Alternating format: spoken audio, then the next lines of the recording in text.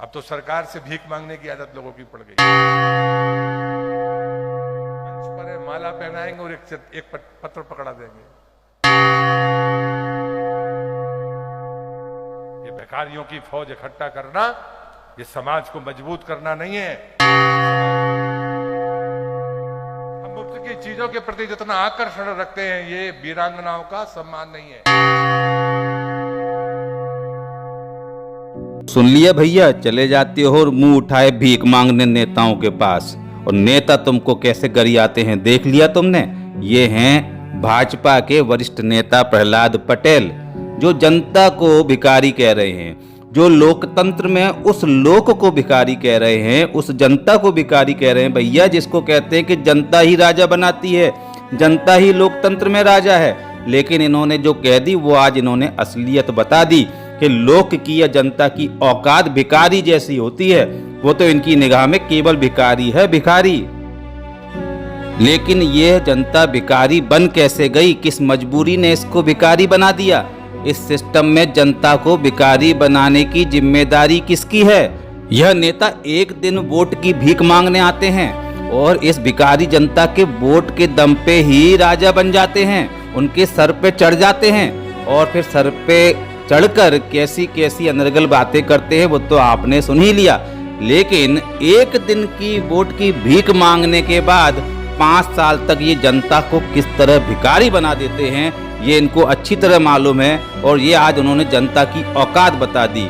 क्यों भैया? जनता तो भिखारी है ही, क्योंकि जब किसी गरीब बच्चा होता है पैदा तो वो अस्पताल में जाए, वहाँ इलाज के लिए गिड़गिड़ाए, अपने महिला की डिलीवरी के लिए गिड़गिड़ाए, उसके बाद में बच्चा बड़ा हो जाए तो वो उसके स्कूल में प्रवेश के लिए गिड़गिड़ाए, और बड़ा हो जाए तो वो उसका कहीं बच्चा बीमार हो, महिला बीमार हो तो अस्पताल में जाके डॉक्टरों के सामने इलाज के लिए गिड़गिड़ाए।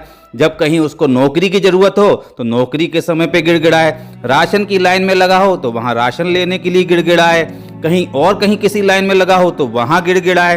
भैया, भीख मांगने के लिए पूरी व्यवस्था तो बनाई किसने है? ये जनता को भिखारी बनाया किसने है?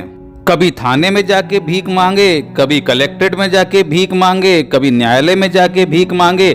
भीख भीख भीख, पैदा होने से लेकर अंतिम सांस तक भीख मांगता रह जाता है हमारे देश का आम इंसान। अब सुनिए प्रहलाद पटेल जी, अभी कुछ दिनों पहले ही ग्लोबल इन्वेस्टर समिट हुई थी। हमारे मुख्यमंत्री जी भी जगह जगह गए थे, प्रस्ताव लेके, पत्र लिखे थे कि इन्वेस्ट करो। तो क्या वो भी भीख मांग रहे थे? यदि कोई अपनी बात रखना चाहे तो क्या उसे भीख कहते हैं? यदि आपने जनता को भिखारी कह दिया तो अब आप अपने मुख्यमंत्री को भी कह दीजिए कि ग्लोबल इन्वेस्टर समिट में जगह जगह जाकर उन्होंने भीख मांगी। आपने तो सबको भिखारी बना दिया, आपने पूरी जनता को भिखारी बना दिया।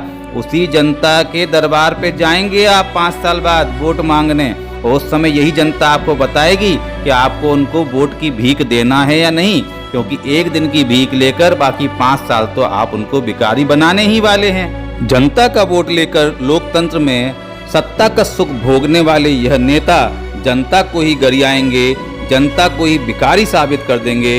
यही लोकतंत्र का भविष्य है। अब यह लोकतंत्र है या भीख तंत्र है, और यह भीख तंत्र है तो इसको भीख तंत्र बनाने का जिम्मेदार कौन? लेने की जो आदत है, अब तो सरकार से भीख मांगने की आदत लोगों की पड़ गई है। नेता आते हैं तो कागज, एक टुकड़ा तो कागज मिलते हैं उनको। मंच पर है, माला पहनाएंगे और एक पत्र पकड़ा देंगे। ये अच्छी आदतें नहीं है।